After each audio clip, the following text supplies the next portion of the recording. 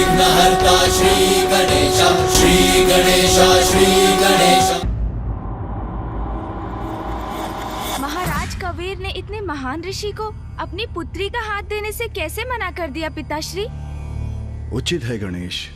राजन के समक्ष अत्यंत महान और शक्तिशाली ऋषि अगस्त्य, किंतु कबीर भी अपनी दृष्टि से अनुचित नहीं कर रहे थे। कोई अपने प्राणों से भी अधिक प्रिय पुत्री को एक निर्धन ऋषि को कैसे दे सकता है? अद्भुत सौंदर्य संपन्न मेरी पुत्री का विवाह तो किसी भी राजकुमार से हो सकता है, तो फिर उसका हाथ किसी ऐसे ऋषि को कैसे दे दूं जिनके रूप की मेरी पुत्री से कोई तुलना ही नहीं। मैंने उसे सभी सुख सुविधाएं दी हैं, जो कुछ भी मेरे राजभवन में है उसी का है। रेशमी वस्त्र, आभूषण, स्वादिष्ट भोजन, उसको कहीं भी ले जाने के लिए सुंदर रथ। किंतु आपके साथ वो यात्रा कैसे करेगी? अपने पांवों पर चलकर? और आप उसे भोजन में क्या देंगे? उसका निवास कहां होगा? नहीं,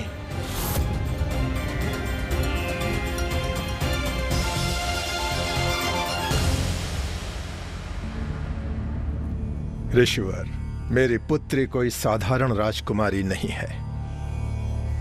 इसे प्राप्त करने के लिए मैंने अत्यंत कठोर तप किया था।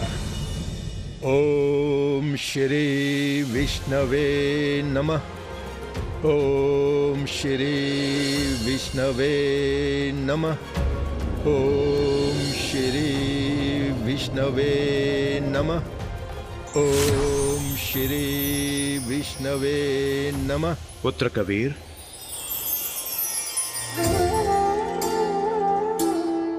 प्रभु, मेरे प्रभु, अपने भक्त की गुहार सुनकर आप आ ही गए प्रभु। हाँ पुत्र, अद्भुत है तुम्हारी भक्ति। कहो, क्या इच्छा है तुम्हारी? प्रभु नारायण, इस संसार में जो कुछ भी कोई मांग सकता है, आपने बिना मांगे ही हमें सब कुछ दे दिया है। प्रभु, इतनी कृपा और कर दीजिए, मुझे संतान देकर पिता बनने का सुख भी दे दीजिए प्रभु। तथास्तु, तथास्तु, तथास्तु।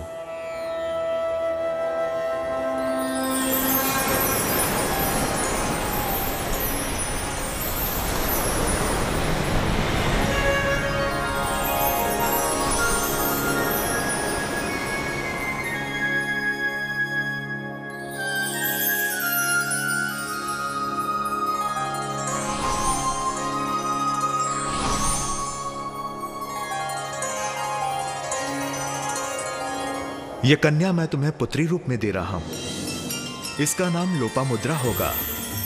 ये तुम्हारे राज्य में संपन्नता का कारण बनेगी। प्रभु, आपकी इस कृपा के लिए आपका कोटि कोटि धन्यवाद। पुत्री, स्वयं नारायण की रचना और कृपा से प्राप्त हुई है ये।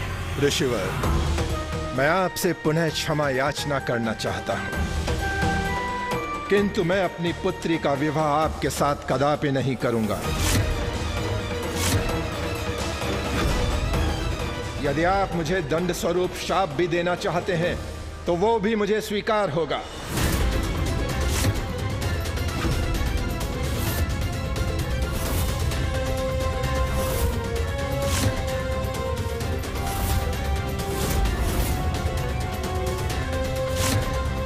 कहीं क्रोधवश ऋषिवर पिताश्री को श्राप न दे दे।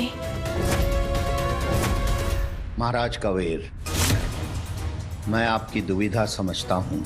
कहाँ नारायण की भेंट आपकी सुकुमारी पुत्री और कहाँ मैं, किंतु आपको अर्ध सत्य ही ज्ञात है। जब मुझे मेरे पितृ पूर्वजों ने आपसे मिलने के लिए कहा तो मेरी अंतर्दृष्टि से मुझे ज्ञात हुआ कि ये तो प्रभु नारायण के द्वारा ही पूर्व नियत है। यदि आपको विश्वास ना हो तो अपनी पुत्री से ही पूछ लीजिए। पुत्री, ये ऋषिवर क्या कह रहे हैं?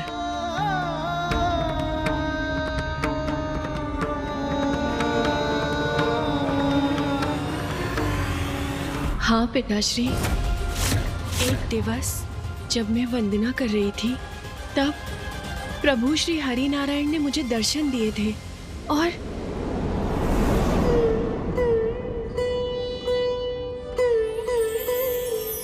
पुत्री लोपामुद्रा,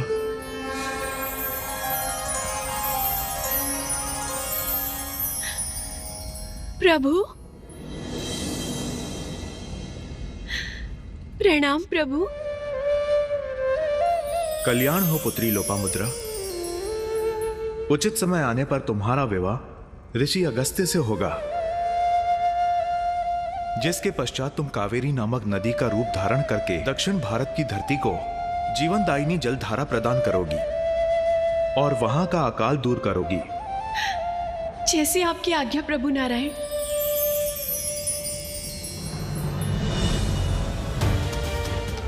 प्रभु आज्ञा है ये, किंतु फिर भी मेरा हृदय इसकी स्वीकृति नहीं दे रहा है। आप सभी संशय त्याग दीजिए पिताश्री। इनके रूप नहीं, इनके गुण देखिए। संसार में इनसे बड़े ज्ञानी और तपोबल शक्ति के धारक नहीं। मुझे ज्ञात है पिताश्री, आप मुझे किसी रूपवान राजकुमार के साथ विवाहित होते देखना चाहते हैं, किंतु मुझे वो नहीं।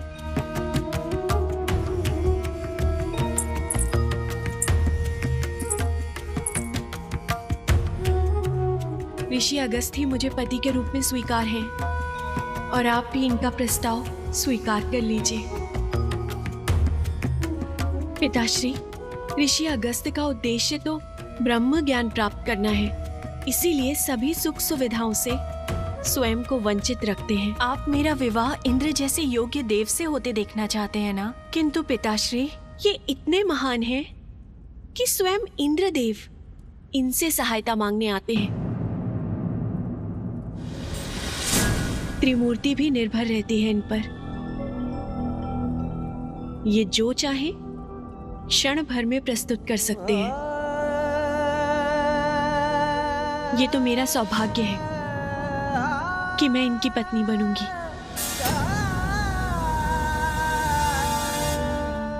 जिसके कारण आपका राज्य भी सदा सकुशल रहेगा। ये इन्हीं के तप का प्रभाव है कि हम सभी सुरक्षित हैं और सभी सुख सुविधाएं अर्जित कर पाए हैं। ये सभी तो ऋषिवर की दी हुई हमें भिक्षा मात्र है। उचित कह रही हो पुत्री, तुम्हारा मोह ही मुझे भ्रमित कर रहा था। क्षमा कर दीजिए ऋषिवर, क्षमा कर दीजिए।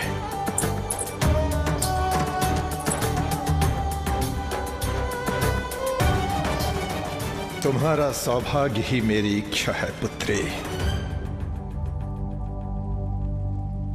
मेरी चिंता मत कीजिए पिताश्री, ऋषिवर के साथ मैं सदा प्रसन्न रहूंगी। तो क्या माता लोपामुद्रा और ऋषि अगस्त्य का विवाह हुआ? और उनके विवाह के पश्चात वो कावेरी नदी में कब परिवर्तित हो गईं? और वो अब ऋषि अगस्त्य के कमंडल में क्यों स्थित है?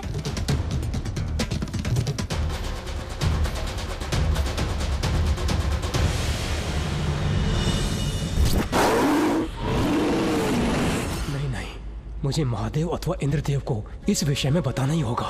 अब शांत बैठना उचित नहीं। महादेव, एक समस्या है जिसे बताना अति आवश्यक है। अवश्य ब्रह्मदेव, किंतु मुझे पूर्ण विश्वास है आपकी यह चिंता कुछ समय प्रतीक्षा कर सकती है, क्योंकि प्रथम पूज्य श्री गणेश का ऋषि गौतम के विषय में जानना अत्यंत आवश्यक है। तभी वो दक्षिण में पड़े अकाल के विषय में कोई ना कोई समाधान ढूंढ सकते हैं। अन्यथा अनेकों निर्दोषों को अपने प्राण गंवाने होंगे।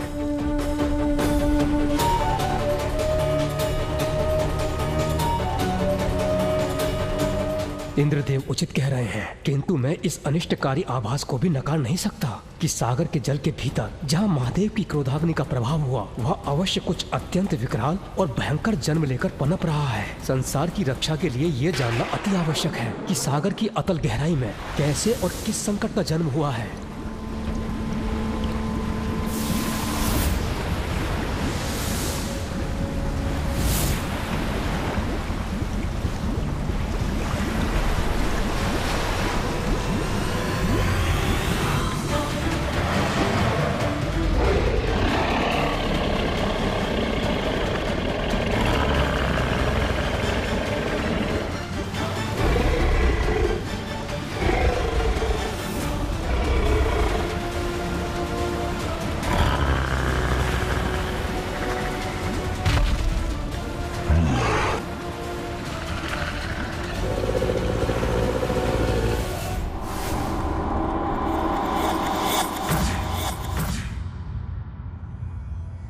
पिताश्री हमें बताइए ना, फिर आगे क्या हुआ?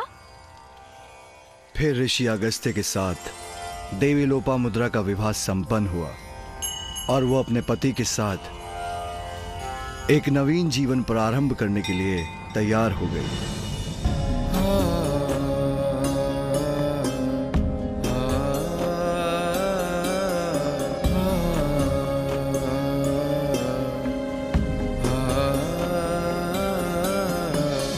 प्रभु इच्छा स्वीकार है मुझे, किंतु अपनी पुत्री को इस वेशभूषा में देखना बहुत कठिन है इस पिता के लिए।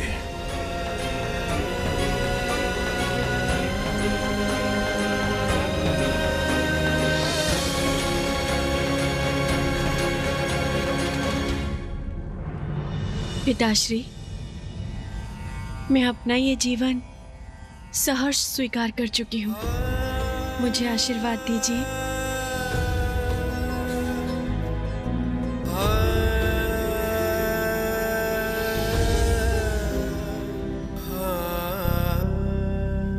सदा सुहागन रहो।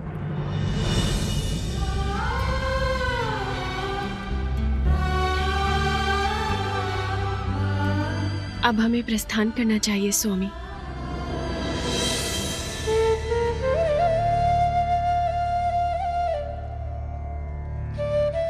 मेरी कोमल पुत्री रिक्त पांवों से इतनी लंबी और कठिन यात्रा कैसे तय कर पाएगी? उसे तो यात्रा में अत्यंत कष्ट होगा। प्रणाम ऋषिवर।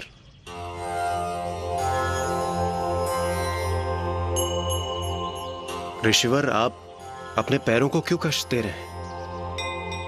आपकी सेवा में मेरा वाहन ऐरावत प्रस्तुत है। आप ऐरावत को ले जाइए। ऐरावत!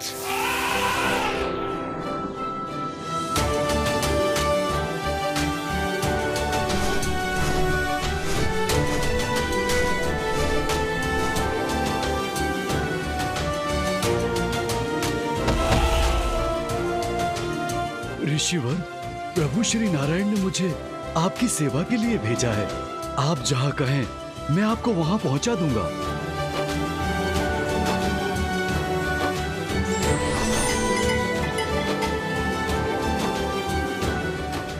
प्रणाम ऋषिवर। मां लोपामुद्रा, आप मुझे अपनी सेवा का एक अवसर दीजिए। इन ऋषिवर के पास यात्रा की स्वयं की कोई व्यवस्था नहीं, तथापि सभी देव अपने अपने वाहन इनके पास भेज रहे हैं। ये ऋषिवर की महानता ही है। मेरी पुत्री के लिए ऋषि अगस्त्य से सर्वोत्तम वर और कोई हो ही नहीं सकता। आप सबको अनेकों धन्यवाद, किंतु हम अपने पैरों पर चलकर ही जाएंगे।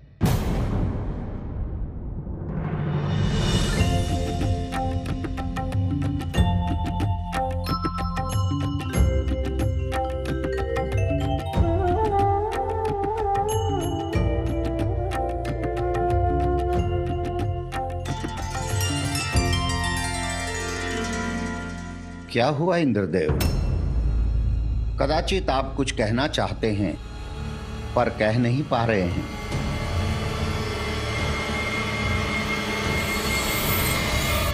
माता, ऋषिवर, मुझे क्षमा कीजिए। आपका विवाह अभी अभी संपन्न हुआ है, इसलिए मैं अपनी चिंता और व्यथा आपके समक्ष कहने से हिचकिचा रहा हूं। किंतु ऋषिवर, ये अत्यंत आवश्यक है। विंध्याचल पर्वत का दंभ दिन ब दिन बढ़ता जा रहा है और ये हमारे लिए बहुत बड़े कष्ट का कारण बन रहा है।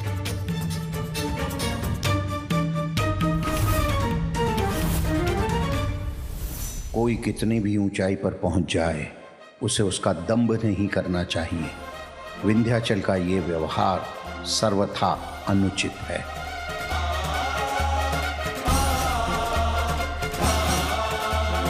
स्वामी अवश्य ही इस समस्या का कोई निवारण करेंगे, सब मंगल होगा। ऋषिवर तो बिना कुछ कहे ही चले गए। मैं ऐसा क्या करूं जिससे इस समस्या का समाधान निकल सके? इसलिए तो मैं भी आश्चर्यचकित हो रहा था कि अंततः इंद्रदेव का उद्देश्य क्या था इसके पीछे। किंतु अब मैं समझ गया, वो ऋषि अगस्त्य से सहायता प्राप्त करना चाहते थे और इसलिए उन्होंने अवसर देखकर ऋषि अगस्त्य की सेवा के लिए ऐरावत जी को कार्य में तत्काल लगा दिया। बहुत अच्छे देवराज, आप भी युक्ति लगाकर कार्य करने में कुछ कम नहीं।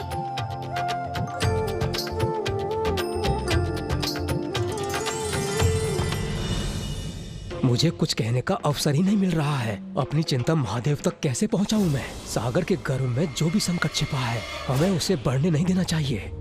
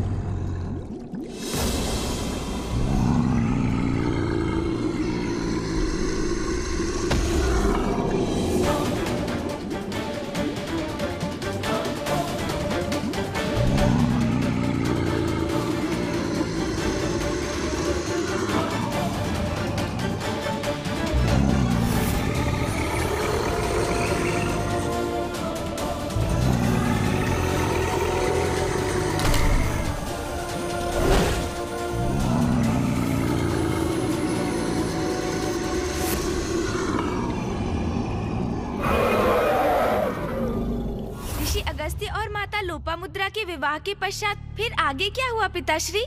ऋषि अगस्त्य तो एक तपस्वी का जीवन जीते थे। अंबर के नीचे कहीं भी उनकी शैया बन जाती, घने वन उनके पथ बनते, कंद मूल फल आदि उनका भोजन। किंतु देवी लोपामुद्रा ने भी अपने पति का साथ निष्ठा से निभाया, उनके पग से पग मिलाकर चली, राजभवन की सभी सुख सुविधाओं से मुख मोड़कर अपने पति के अनुसार जीवन जीने लगी। कभी ऋषिवर से ये तक न पूछा कि वो उन्हें कहाँ ले जा रहे हैं। किंतु चलते चलते एक दिवस ऋषिवर और उनकी पत्नी भारतवर्ष के पश्चिम की सीमा के निकट पहुंच गए। इंद्रदेव ने तो उन्हें पूर्व में ही सूचित किया था कि विंध्याचल पर्वत के कारण वहां समस्या उत्पन्न हो उठी है, किंतु ऋषिवर को यह भी ज्ञात नहीं था कि वो समस्या इतनी विकट हो जाएगी। ऐसी क्या समस्या उत्पन्न हो गई थी पिताश्री?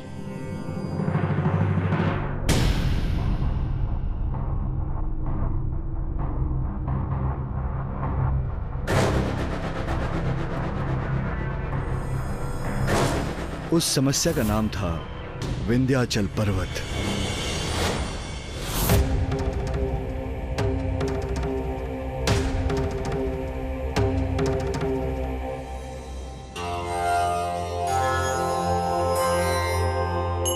मुझे वहां आगे एक गांव दिखाई दे रहा है।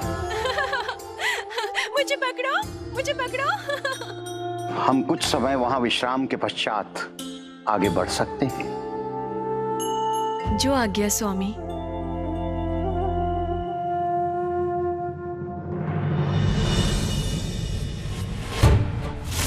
ऋषि अगस्त्य और देवी लोपामुद्रा मार्ग पे थे। इसी मध्य विंध्याचल को यह अहंकार हो गया था कि वो हिमालय पर्वत से भी अधिक विशाल है। यही प्रमाणित करने के लिए वो अपना आकार बढ़ाने लगा। मैं सबसे महान पर्वत हूँ, विशाल भी मैं ही रहूंगा। हिमालय नहीं, हिमालय नहीं, हिमालय नहीं।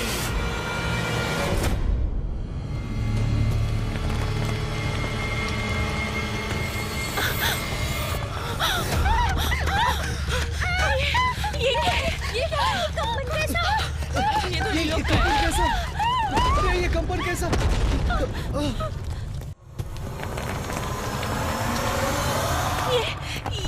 ये क्या हो रहा है स्वामी? इस भीषण भूकंप का कारण क्या है?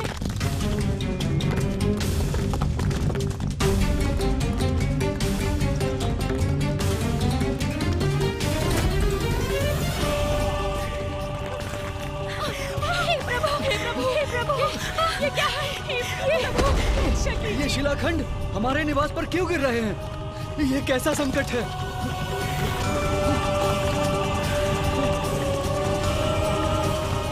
इस प्रकार तो हम सब संकट में आ जाएंगे। हम अपने परिवार की रक्षा कैसे करेंगे? विंध्याचल पर्वत को बढ़ने से कैसे रोकेंगे हम? पिताश्री, हमारी रक्षा कीजिए।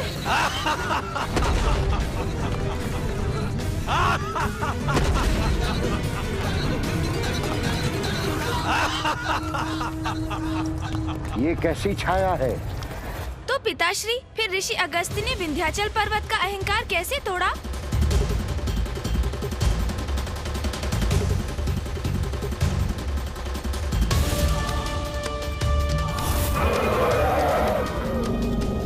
यदि हमने और विलंब किया तो जिस संकट का जन्म समुद्र के भीतर हो रहा वो बाद में और विकराल हो जाएगा और उसका सामना फिर महादेव को ही करना होगा।